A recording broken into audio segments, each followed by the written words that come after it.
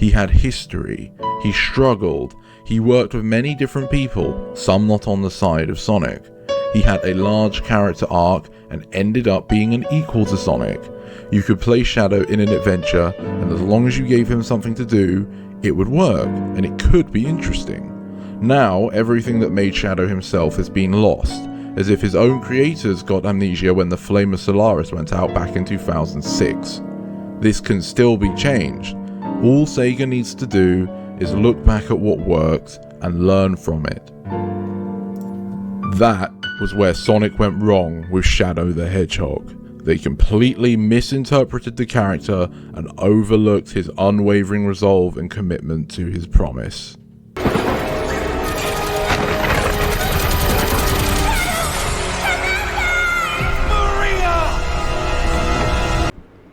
That clip there was from a video I recorded many years ago now, one of my earliest, titled Where Sonic Went Wrong with Shadow, and it was about how I felt Sega had failed Shadow's character, both narratively and gameplay wise. And in that video I even go as far as to say if they're going to keep misusing him, just stop using him altogether. It would be preferable to what we were getting. And the statement I shared about how if they just returned to what was making him good and build from there, they could bring him back, I think that statement has proved to be quite accurate, because now, thankfully, today, we're looking at a very different landscape for Sonic the Hedgehog and Shadow specifically.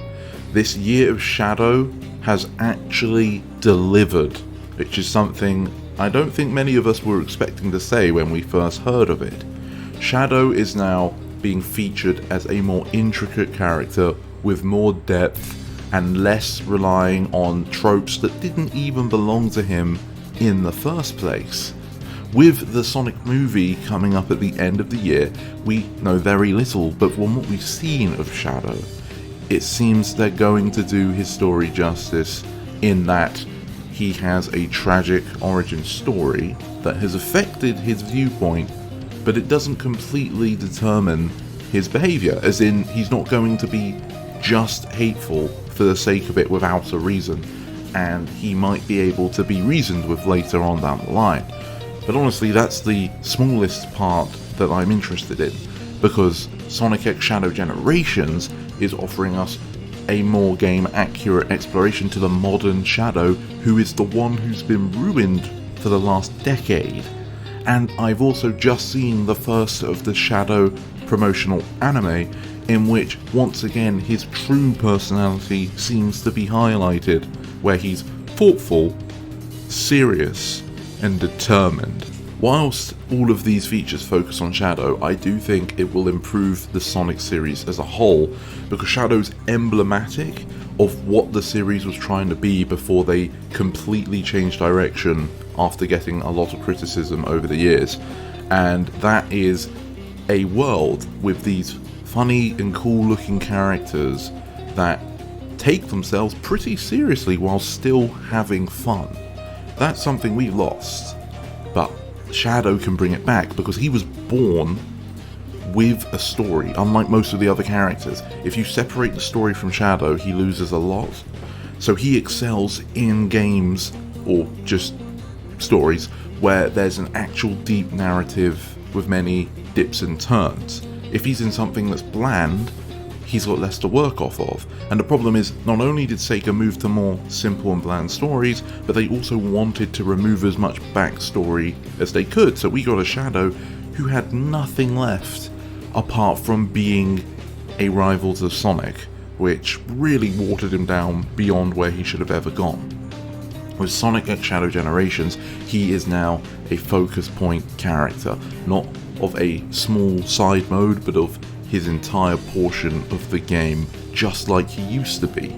And that lets them give him more focus, not just for restoring his character, but also his gameplay. Shadow has access to Chaos abilities, so whilst he may have the same speed as Sonic, he can use it differently, and thankfully from what we've seen, he's got Chaos Control, he's got Chaos Spear, potentially there'll be Chaos Blast somewhere, but even if not, they're adding those new Doom powers, which seem to be in a similar vein. That is how you do Shadow on a gameplay standpoint. That's how you make him unique, and if you do it creatively, that's how you make him fun.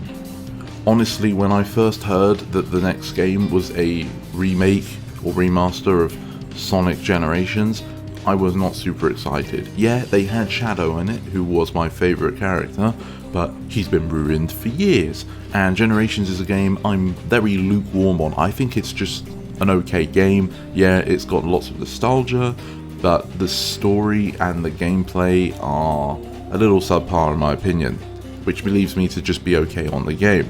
So I felt like this was just going to be a waste of time. But time and time again, Sega are trying to prove my opinion wrong, because everything they've shown about Shadow Generations is just better. There's story. The fact that there even is a story, by default makes it better than normal Generations. But the fact that the story is undoing a bunch of retcons and presumably going to move us forward as well is wonderful. And then on the gameplay front, as I've said, the fact that Shadow gets his own moveset already makes it just an improvement over Generations, which I felt was a very simple game to play.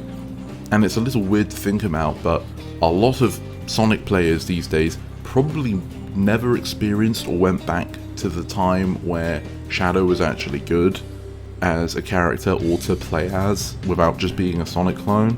So I think for a lot of you, this is probably going to be your first time getting a taste of what that was like.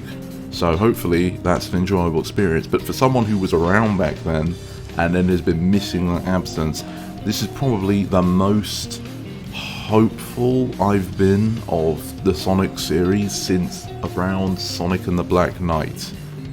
Maybe you could argue Generations, hard to remember how I felt exactly at the time, but either way, that's an incredibly long time now. So they've really done it. And I think one of the key elements behind this is not only do all of the new Shadow content we get looks good, accurate, and fun, but all of the people that work on it, whether it's writers, whether it's animators, whether it's the voice talent, it doesn't matter. All the people who work on these new Shadow related things, if you go and either listen or read to what they're saying about their thoughts and motives behind it, there's a lot of passion, there's a lot of care, and that is crazy. In the best possible way, it's crazy that there's so many people that seem to really care about what they're doing and want to make this good and do justice to the source material, and that the end result is also actually good. What more could you ask for than that? There's nothing else you can ask for.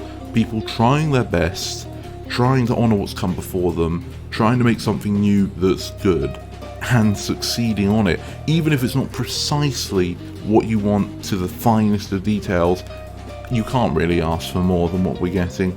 They're doing a great job.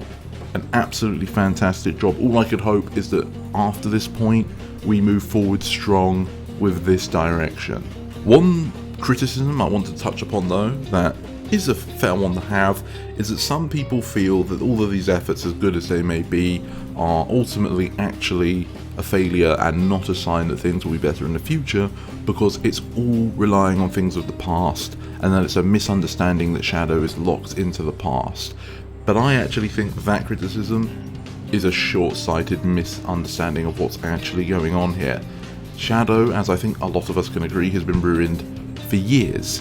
So to bring him back into the modern timeline and just everything that's happening with Sonic means that we need to look backwards just to re-establish who he is, what he's doing, and why we should care. It's not done for the sake of it. It's done so that people who've never experienced the time that we consider Shadow good can understand where we're coming from, and to clarify to us older fans that yes, these specific details are indeed being considered once again. It's also nice to see these things in a newer light, since it's been a long time since they were brought up. But if you keep certain attention onto the way Shadow's reacting and what we've seen so far, he's not regressing as a character. He knows Maria is already dead. He's already been through Sonic Adventure 2, his own game, and beyond. It's that he's being challenged in a new way because the Time Eater's time travel is allowing us to face these threats with a Shadow that's already been through them. A Shadow that's moved on, but has he moved on enough to be unfazed when faced with his past in such a direct manner? That's an interesting question, I think it's fair to say. Black Doom did it a little bit in Shadow the Hedgehog, but he was already kind of out of his mind in that game. Whereas here, he's whole of mind. So the reaction's going to be incredibly interesting. And I've also been very happy that they're using the Time Eater effectively in the story this time, because that's how we're going to see people like Black Doom, who was defeated, and Mephiles the Dark, who arguably is the best villain we've ever got in a Sonic game. He just happened to be in a controversial title. I hope that what they do with this time travel stuff is, obviously Shadow's going to defeat them, but don't kill them off. Let them escape and survive so that they can be used in the future. Yes, we want new original stories, 100%, including new bad guys to beat up. But someone like Black Doom and or Mephiles just have so much poignant storytelling potential because of their ties to specific characters, namely Shadow, that it would be such a waste to lose both of them again forever. Either way, I'm glad they're coming back here in this title, but this is what I meant. Yes, we're looking backwards, but it's so that we can actually move forwards at the end of the day with a better Shadow and a better story behind him. And that goes for Maria seemingly going to be brought with Gerald into the null space as well. Shadow's going to actually meet them without it being a flashback, and presumably they're going to need to go bye-bye by the end of the game as well. So that's a very interesting scenario to put Shadow through that we haven't seen him in before, and it's something I would have done even if it wasn't Time Eater. You know, I thought they were going to do that with Infinite back in Forces, but that game will forever be one of the greatest disappointments of all time. But I would have thought that's what Infinite would have done to Shadow, so doing it here with the Time Eater, still an excellent choice. That's about all I have to say on it though. Until we get more details, anything else would be speculation. Props to Sega, and props to all the creative teams that have been working on this piece of content, especially some of the people that I'm sure behind the scenes have been gripping that steering wheel tight to make sure we have a more accurate Shadow this time. Everything's going well. I hope that this isn't a fumble on release, but it doesn't look like it is, and I am actually looking forward to experiencing this content. How are you feeling about all of this? Please tell me if you're someone who's been around for ages like me, or if you're newer and never experienced the good days of Shadow, as I like to call them. But until next time, that will bring us to the end of this video. So I hope you have a good day, and thank you for watching all the way to the end. This is the Mighty Emperor, signing off.